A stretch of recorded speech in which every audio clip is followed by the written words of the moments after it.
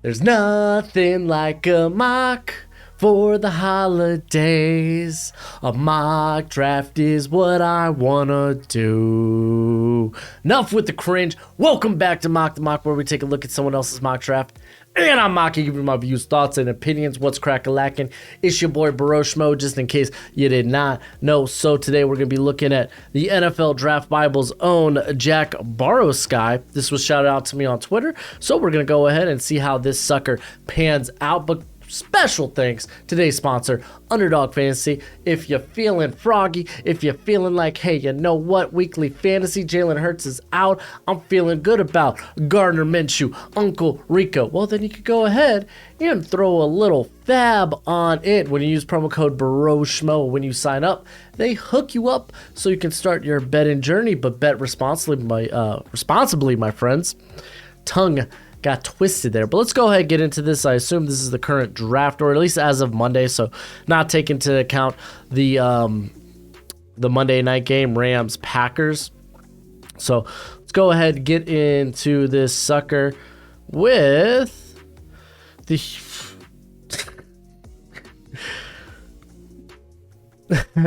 the Houston Texans. They're taking Will Levis. Listen, I get it. Will Levis tools comes from a NFL offense. He's seen NFL passing concepts in that offense, and honestly, he ran that offense pretty well. The decision making is what people are gonna have to get past, and I assume there's gonna be some teams in the top 10 that feel like that's coachable. I'm still going Bryce Young though, for all intents and purposes. At least we agree on the position. I think Texans should go quarterback. If you're like, oh, you know what, the quarterbacks in 2024 are gonna be better, they should go defense. Well, okay, that's a year away. A year away. A lot can change in a year. It has for this draft. It did for 2022.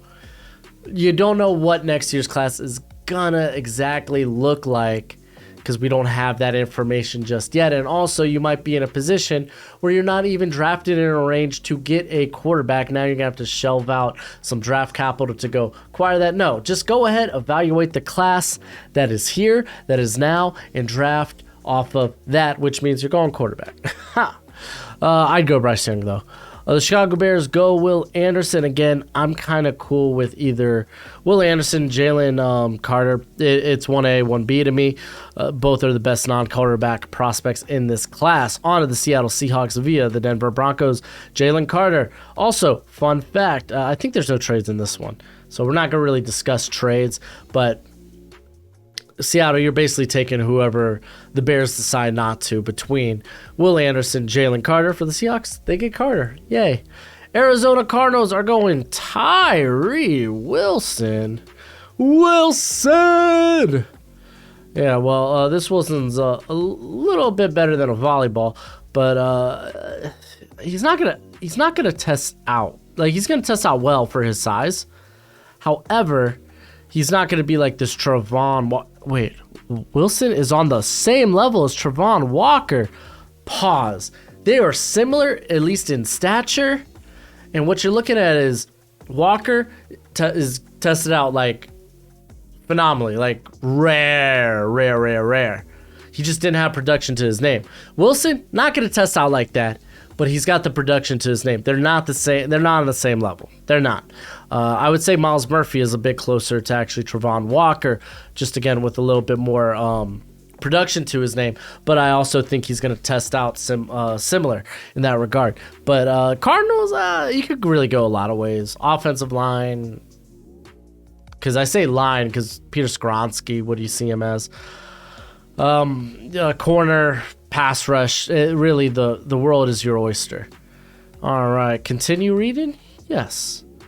Bryce Young going to the Detroit Lions. This season, Jared Goff has been impressive, but it'll be hard to pass up on Bryce Young. It should have been hard for the Texans. Blah, blah, blah. Okay, listen. I feel like my Detroit take, it's out there. If you want it, I'm not going to keep smashing it in. But if Bryce Young is available here, I think you don't think twice, but you take Bryce Young. This is a pick you have because of your trade with the Rams. It's almost a free pick in some regards, but the best player available is here. It's Bryce Young. You go ahead, you snag him. You could use the rest of the draft on defense. You could acquire defense via free agency. These people that are like, I don't get it. Listen, like Seattle's in a different position because I say quarterback would be on the table for Seattle, but they're in a different position because they're able to get Will Anderson, Jalen Carter. With Bryce Young here, it's like, for me, it's kind of a no-brainer. It's like, take a swing at quarterback. Why not? He doesn't have to start right away, or you could have him and Goff compete in camp. One wins the job, hopefully Young, the guy you drafted, and then maybe you could trade Goff and move on from his contract, which will just give you more cap space to hit defense in the following following free agency. So, like, I don't get why people are so anti-quarterback. I'll just say that. All right, on to the Indianapolis Colts. They take C.J. Stroud. Colts, you need a quarterback. Yeah, this sounds about right. Wait, Stroud doesn't have great physical tools. Pause. What? What am I reading? That dude, if we're going to talk about arm talent, the dude's like a 7.5, 8 on a scale of 1 to 10 in terms of arm talent. Like, and it's not like he's slow. Like, he's mobile enough. He just rather pass the football. He's better working inside a structure and not improvising, but still, like, I don't doesn't have great physical tools. Like, what the heck is that? Atlanta Falcons take Myles Murphy. They could use another pass rusher opposite of Arnold Ebiketie. I like this pick. I do. Carolina Panthers are taking Anthony Richardson, a bit of a desperation pick. Another team that desperately needs an upgraded quarterback is what I'm reading. There are elements of Josh Allen and Cam Newton to his game. Elements, that's not a comp, or at least that's what I think he's trying to say here, our friend Jack. But, man, Panthers, like, are you this thirsty for a quarterback to, I guess, essentially reach for one that's probably not a top 10 guy right now, that is a bit of a project? I don't know. Right now, Carolina is in a very strange position, and they honestly might be shopping for a quarterback in free agency. And even if you want to go Anthony Richardson, you might be able to trade down a few spots. If you really want that cat, then trade down a few spots, grab some extra trade capital. The Philadelphia Eagles go Jared Verse. Personally, I like going Brian Brazee because I think some of the problems of the Eagles' defenses on the interior. I really hope they bring back Hargrave. You got Jordan Davis. Get another guy in there like Brian Brazee, and you got they love a deep rotation there on the defensive line. I mean, I guess grabbing another pass rusher is no problem either. I'm a big fan of Jared Verse. I'm glad to see him start going this high in mock drafts. The Green Bay Packers take Paris Johnson. Okay, he could be an eventual replacement for Bakhtiari. Okay, I'm cool with that. While starting in guard, I don't think he has starting guard. You could probably start him the other tackle spot. Jenkins, free agent, but also even if they bring him back, he's going to be a guard. You'd probably rather him at guard anyway. But I don't think if you draft a tackle, you don't necessarily have to bench him or make him play guard if you don't really want to. You could have him play the other tackle spot. Bakhtiari might be just a ticking time bomb in terms of injuries. So, yeah. Las Vegas Raiders go and they list Peter Skoronski as a guard here. They list him as a guard. Again, some of the NFL is going to see him as such. So, I don't blame him. Skoronski's arms are probably too short for him to stick at tackle, but the Raiders already have Colton Miller at left tackle. Kicking Skoronski inside will give the Raiders a great left side on their offensive line and also potential right tackle. I'm cool with this pick. I like Skoronski a lot. I think he's still probably a top 10 guy. Jacksonville Jaguars go Quentin Johnston. They're like, oh, we are not done in the receiving room yet. Can you imagine a receiving room with Quentin Johnston, Christian Kirk, Calvin Ridley, and Zay Jones? That's just sexy. I love that. You're gonna be running like 4 wide receiver sets all day. So I'm not personally against this one. The Houston Texans take Deonte Banks out of Maryland. Okay, can I read about this? So far, there isn't a clear-cut top corner of the draft, but Banks has the tools to be that kind of player. He is a fluid athlete for his size. High-level speed and man-to-man coverage corner. Banks possesses all the tools to be a lockdown number one corner in the NFL, and I kind of disagree. I'm actually not that high on Banks. Not this high. Like I think he might be like fringe day 2. So this is a bit awkward. Yeah, he's got good tools, man. Takes too many plays off. The ball skills I saw, many of them were on underthrown balls. Like I didn't walk away like thinking, oh yeah, this guy could go ahead of like Keely Ringo or Joey Porter or Christian Gonzalez, Cam Smith. I did not walk away from his tape feeling that way. I'll just say that. Texans going corner though. Steve Nelson's probably a free agent, so I guess it could. I don't know. Pittsburgh Steelers go Anton Harrison. Screw Broderick Jones. What the heck? Harrison would be an upgrade as Kenny Pickett's blindside. He has real quick feet and is an excellent athlete. He could be talked about as an elite pass protector in a few years. Yes, but also this cat needs to build up on strength. I don't think I'm taking him over Broderick Jones, who kind of has all that and more. It just needs more polish. But I really do like Anton Harrison. This just feels a bit rich for me. The Seattle Seahawks take BJ Ojulari. I like this. So they grabbed Jalen Carter. Now they go edge with like a premier pass rusher. Premier. This cat is exceptionally good. Get the Yannick Ngakoue comps out. Just saying. Pairing him up with Boye Mafe, Nwosu. Then you got a solid core. And obviously, Nwosu, free agent. After the 2023 season, which I guess, is that what they're trying to say? He was a free agent in 2024, so I assume after the 2023 season. I don't know. I guess we'll find out. Regardless, I really like this pick. I like BJ. I believe that's 5 edge rushers already off the board. New England Patriots go Joey Porter. This is actually really good value. They got Jack Jones out on one side. Jonathan Jones, who probably, honestly, you could kick him back in the slot. That's fine. I think he's very good at either or. And just having quarterback depth, having talent at the cornerback position is never a bad call. Then at 17, we got the New York Jets going Matthew Bergeron. This is interesting. I think this is the first time I've seen him in a first round mock, which is very interesting. I don't know if I'm ready to put him in the first round. I got him as day 2, but Jets, like, grabbing another tackle, honestly, is not a bad idea.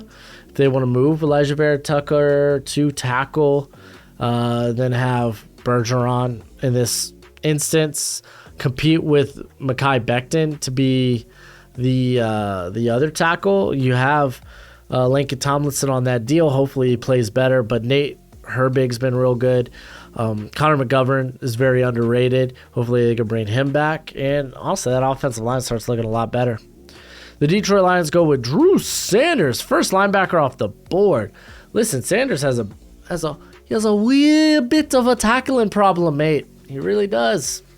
He really does. And also, I kind of like him better as like this will linebacker. I mean, I guess you're kind of using him as this hybrid piece then on this defense. Feels a little bit early. Linebacker class ain't all that. But very interesting. Very interesting. I think outside Trent Simpson, if we're going to make a call on another linebacker to emerge out of nowhere, it would like to be a first round pick. It'd be Drew Sanders. So like I don't debate that. Hold on, I'm just making my Pro Bowl video public for y'all. If you want to go check that out, talk about my Pro Bowl snubs and duds. Snubs and duds. All right, Tampa Bay Buccaneers take DJ Turner. Cornerback's the right position. Do I think this is necessarily the right pick, though? Like DJ Turner, this feels a bit rich for me. I'd rather guys like Cam Smith, Christian Gonzalez, Keely Ringo. Turner is, I think, going to be a better man coverage corner in the NFL. And also, I think I think Cam Smith actually would be a very good fit here. Keely Ringo, though, you can't deny the tools with him, or Christian Gonzalez, really.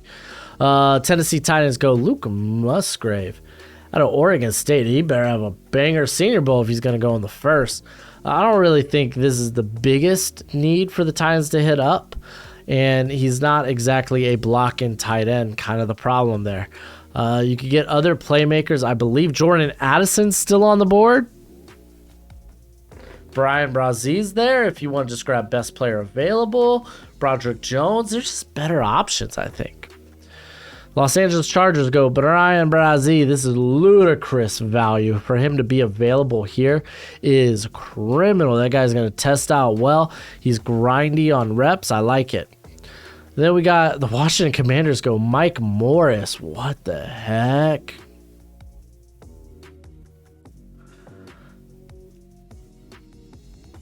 What? Like, Mike Morris is interesting. I kind of like him as like a 3-4 end. But he can be this hand in the dirt 4-3 guy too. I think he's going to test out really well. I believe he's at 290. He was very productive this season. But the first blows my mind. The New York Giants take Michael Mayer. By the way, didn't even realize Michael Mayer was still on the board, let alone the second tight end to go. Ooh, that's interesting. To the Giants, Daniel Bellinger's been all right, man. I liked him. I mean, I guess make the case where it's like, yeah, Bellinger could be the tight end too. I mean, I guess that's fine. Bellinger and Mayer are both guys you could kick into the slot. If you really want to bring in two tight ends on the field, it's an interesting spot for Michael Mayer. I'll say that. Baltimore Ravens go Bijan Robinson. Everyone and their mom's having a hard time trying to project where Bijan Robinson will go. So I don't blame this one. Like, JK looked like he is returning to form. Gus Edwards is the only other running back on the roster after this season. Bijan's kind of this next level beast, but it's like, dude, there's so many corners here. I think I'd be willing to take a corner to be my eventual replacement for Marcus Peters. The Denver Broncos go Christian Gonzalez. Holy moly, this is a draft. I'll just say that. So Broncos have a top 5 corner in Patrick Surtain. They have a glaring hole at cornerback too. The disrespect thrown on Ronald Darby's name. But I don't mind upgrading the quarterback 2 spot. Like, if it falls like this, I'd be totally in on this as well. So I think that's solid. Cincinnati Bengals, Broderick Jones, their tackle position's kind of been a mess this season. So I don't fault this pick whatsoever. I actually kind of like it. Look at this. The pick's so nice, they decided to do it twice. The Dallas Cowboys go Rashee Rice. Someone recently asked me, why do I not see Rashee Rice as a first rounder? I don't think he's nearly as explosive as you'd want from a first round wide receiver. He did have ball skill issues, I think, in 2020. And I only it'd be like 2020 was a long time ago. I only bring that up because they were like 20. Like, we were talking about like 17 to 20% drop rate. So a very ludicrous number that you shouldn't just scoff off because it was a couple of seasons ago. And man, yeah, I just feel better about that cat, especially with Jordan Addison still on the board. I feel better about that cat than I will. I don't think Cowboys should go receiver at all. I was also saying this in the comments that the Cowboys don't have a playmaker problem. They have a consistency problem with Dak. The Kansas City Chiefs take Jordan Morgan out of Arizona, the Wildcat himself. Listen, Oh, I didn't know Morgan had an ACL injury recently. Did he really?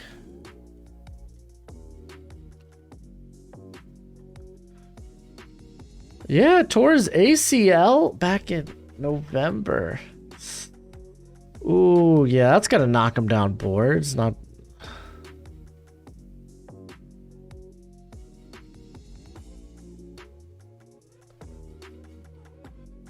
Oh, he's returning anyway. Hold up. He's returning for next season. Okay, so to be fair, this was just announced yesterday. So, okay, this pick's totally null and void. Okay, that was actually fun. I got to learn that. That's interesting. Fun fact. I still gotta get into my college football news today. See what guys may be coming back, what transfers are happening. I like to do that to keep my 2024 and 2023 board updated. But I agree, since Morgan's not in this draft anymore, I agree with the pick of a tackle at this pick for Kansas City, as both tackles, I believe Wiley and Brown, they're in the top 3 in terms of pressures allowed. The Minnesota Vikings go Cedric Tillman, a little different cup of tea at receiver for the Minnesota Vikings. Nice big contested catch guy. I kind of have my hang-ups with Tillman because I think that's all he is. That there's not many other aspects of his game that I'm too in love with. I wouldn't certainly take him over Jordan Addison, who's still on the board, but I guess it is what it is. Also with Keely Ringo and Cam Smith still on the board, I'm probably going corner. The Buffalo Bills go Cody Mock out of North Dakota State. My gosh. So I think there is a good chance he ends up moving to guard in the NFL, but he's got the movement skills, I think, to play tackle. Just not a lot of true pass sets to his name. Offensive line has kind of been an issue for the Bills this year, so I think especially on the interior to address that, I think would be nice. Osiris Torrance?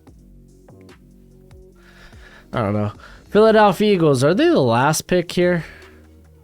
They are. They go Jackson Smith Najigba. So they grab this nutty slot guy. So this is actually kind of cool. When you have 3 wide receivers on the field, you can get 2 different types of guys up there. You can get the speed of Quez Watkins or the elusiveness of a Jackson Smith and a Jigba. I actually don't mind this pick one bit. But let's go ahead and rag on this draft in general. Keely Ringo, Cam Smith. What? Jordan Addison. What? Like, let's see what other picks didn't make it up in here. This one was wild. Jordan Addison, and then the corners are the big ones. Trent Simpson not being here, though a linebacker did go in the first round, which is interesting. That, I mean, listen, if anyone was going to be over Trent Simpson, I kind of agree it probably would be Drew Sanders. I will just throw that out there. What else we got? We got Michael Mayer not being tight end 1. Luke Musgrave after 2 games then getting hurt. Gonna need a big Senior Bowl, and you're gonna include him in the first round. I think that's kind of wild. Mike Morris, Brian Brown Z going at 21. Yeah, a lot of this is kind of nuts. This is nuck and futz. What was that, Joe Dirt? I don't know. You let me know what you think about this mock draft in the comment section below. That's it for the video. Go ahead, do the YouTube thing. Enjoy your Christmas weekend. Enjoy Christmas Eve football and then the 3 games we do have on Christmas. And as always, until next time, you be easy, my friends. Later.